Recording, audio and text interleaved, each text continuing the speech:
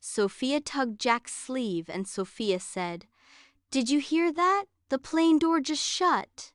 Suddenly, the little aeroplane rattled, then zoomed down the runway by itself. Jack shouted, "Help!" as the clouds swallowed them.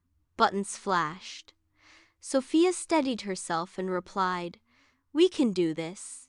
A screen lit up that read, "Answer this to land. What is stronger than fear?" Sofia whispered, "Courage."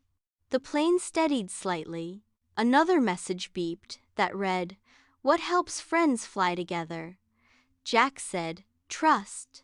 The plane dipped, then soared higher, obeying. Winds howled. Another message beeped that read, "Last question, what never fails?" Sofia smiled and replied, "Teamwork." With that, the wheels dropped and the plane aimed for the runway. They landed with a bump. Both tumbled out laughing and crying. Jack said, "We didn't crash." Sofia replied, "Fear vanishes with trust, courage, and teamwork."